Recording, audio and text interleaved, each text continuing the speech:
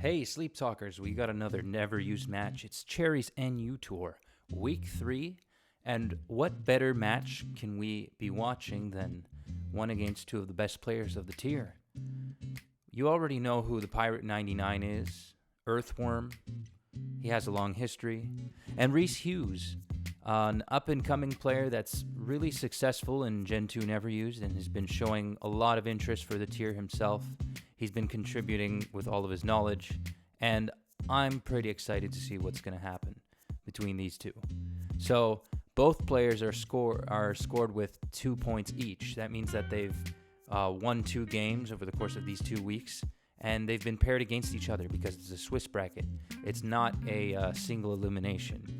But that also means that with them being in first place, whoever wins will have a lead. So I'd say we get right into it and see what happens with that lead.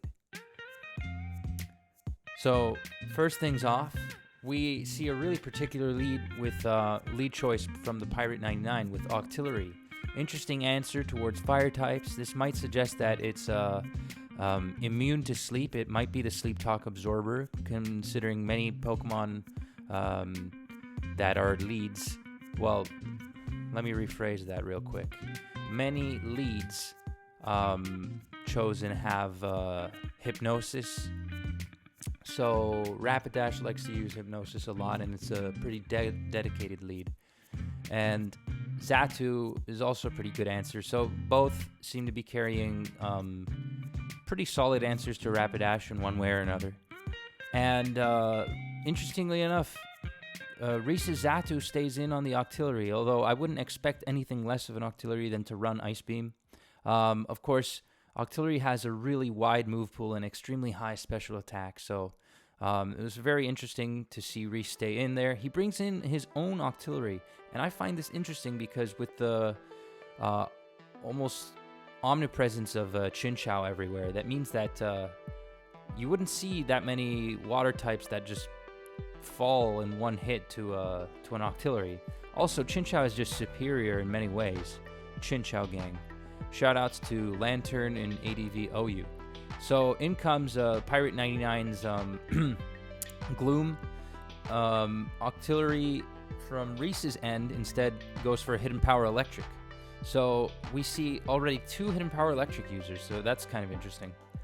That also means that this Octillery is either not a Sleep Talk user because the other move is obviously Surf, or it could be some variation like Amnesia, or it carries 3 attacks and the third being probably Ice Beam.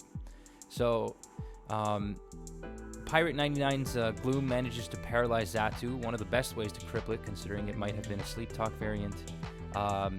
And during that turn in which Reece goes for a rest, pirate99 loses no time to gain momentum, so he brings in his Pineco, predicting the rest.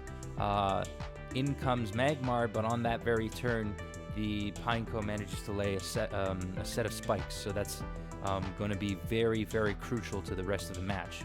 And the Magmar manages to steal lefties from Octillery. Octillery, in and of itself, ever since Chinchou came along and a lot of grass types emerged like Gloom or Ivysaur, Octillery have not been as threatening as once, so to steal lefties from them isn't such a big deal. Reece's Octillery has the upper hand in Ditto between the two, considering it has coverage for water types. Xatu comes in again on the Gloom, this time taking a Sludge Bomb. It's not a Mint Berry variation, so that also suggests that it's, well, since it has lefties, it's not Thief either. And all the attacks are revealed as of now from its end. So in comes Porygon, lands a double edge on the Licky Tongue.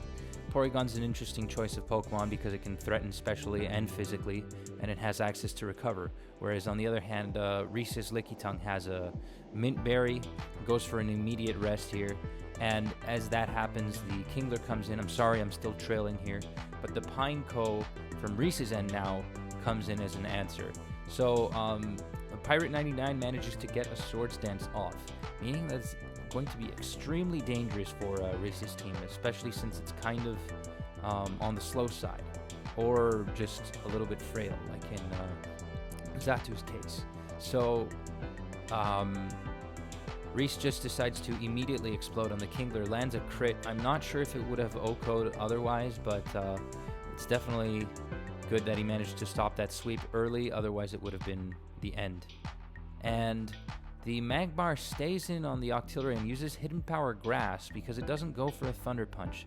So that means that, well, obviously it doesn't have it.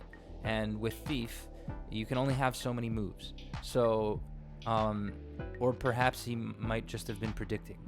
Of course, the Hidden Power means that he has lowered bulk. And so the pirate99 brings in his Xatu, perhaps trying to get an edge on that Magmar with some chip damage. It means that it's in range of a Psychic. It also outspeeds it.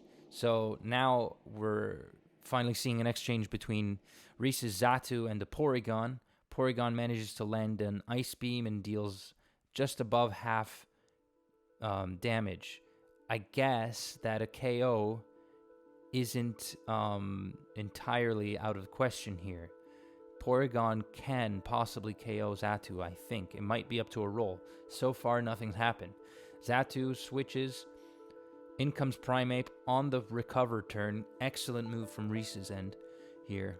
He goes for a double edge, predicting the Gloom and or Xatu switch in, so another good move here.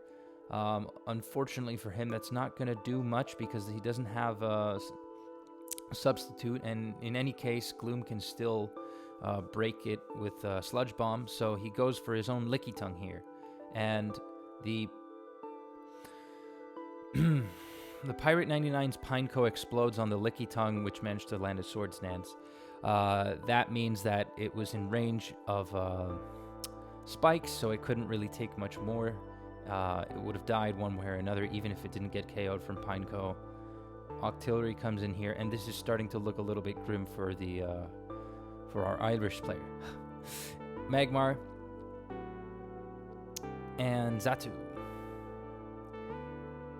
It looks like he's gonna have to rely on the top three, on Xatu and Primeape being the top three of the Pokemon currently. So we'll see what he can make happen here. He's not switching in the... Ooh, that's unfortunate. So he could have used the opportunity to switch in his Primeape. Of course, you don't want to give too much leeway to the opponent. You don't want to be able to let your opponent come in with the Xatu on a cross chop or anything like that. In my opinion, it would have been beneficial to use the opportunity to attack, but now the Primeape is also crippled, so the Xatu is down, and the only threat in Primeape is also in range of a double edge now. Okay, it looks like the script still wants to give Reece somewhat of a fighting chance, but here comes Xatu, and there's no contesting it now. We are yet to see if the Pirate is packing another coverage move for Octillery. It looks like it's instead a Drill Peck variant because he doesn't go for Hidden Power Electric. Or it might be Thief because he uses Rest and has... There it is. It's Thief, Mint Berry, Rest, Xatu. So that's really interesting. The idea is you take some damage and deal some in the meantime. And then once your opponent is weakened, you can quickly rest up and then rid the opposing Pokemon of their leftovers once Mint Berry has been consumed. And then proceed with the momentum you've gained to attack and wail at the opponent. The Spadef drop is crucial. It's one of the reasons why Xatu is in the top spot for Neverused, because of that secondary effect. And he manages to take out the Octillery, thus eliminating Reece's team in Game 1. So I'd say we move on to Game 2. We'll see if... all in all, I think that it was interesting. So Reece brought somewhat of a more offensive type of team. It focused more on the synergies that the Pokemon like Primeape and Xatu have, as well as normals and spikes, whereas the Pirate went for a more balanced type of team that included Kingler. Kingler is a really effective answer to most water types that aren't named Chinchou. And then it pairs pretty well with Gloom for the reason I just mentioned, that presence of that threat. And, well, this Xatu is also pretty good at snuffing any solid defensive Pokemon. So, on to the next game. Unfortunately, the lack of spikes on Reece's end was a little bit his undoing, I suppose. Game 2. So this time around, we have two very untypical leads, if I do say so myself. What I believe to be a Sleep Talk Hitmonlee and Screen's Voltorb. The Voltorb may also be packing Explosion, but we'll see. So he starts off with a Reflect, makes sense, but he unfortunately gets paralyzed. Oh, and just as I say unfortunately, the Miracle Berry is revealed. So Voltorb manages to paralyze and turn the Hitmonlee with a Thunder Wave. So it might not be packing Explosion. And he's using it probably for a Baton Pass team. Some team that wants to sweep by through a setup. So Reece brings another atypical Pokemon. At least I haven't seen it so much myself. It looks like a Little Cup Pokemon. Snubbull, the one that evolves into the underused threat Granbull, manages to land a crit on Farfetch. Farfetch still has screens up, but there's little it can do. It dies to the frustration. Unfortunately for the pirate99, it did not manage to gain much momentum through that critical hit. Well, with its screens because of the critical hit. So Ninetales is coming in as an answer to Flareon. A little bit shaky considering the Flareon can choose to Baton Pass any moment. And if Ninetales isn't packing Roar, it looks like the pirate99 is going to be able to sweep here. What is Reece doing? Okay, he's just deciding to stick with his guns.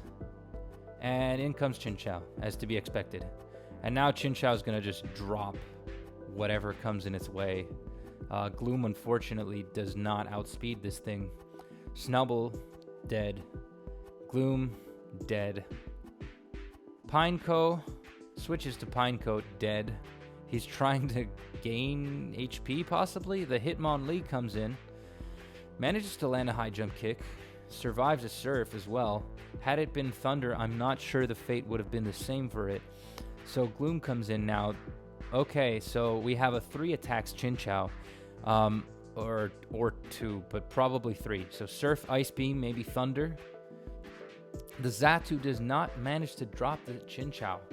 It survives at 1% HP, has the 4th move slot dedicated to Rest with with +4 or ×3 attack. The pirate99's Chinchou manages to sweep the entire team. And that is a quick and decisive match. I did not expect something so overwhelming. But, Lantern Gang. Alright, guys. So if you liked the video, I'd say, just stay tuned for future videos.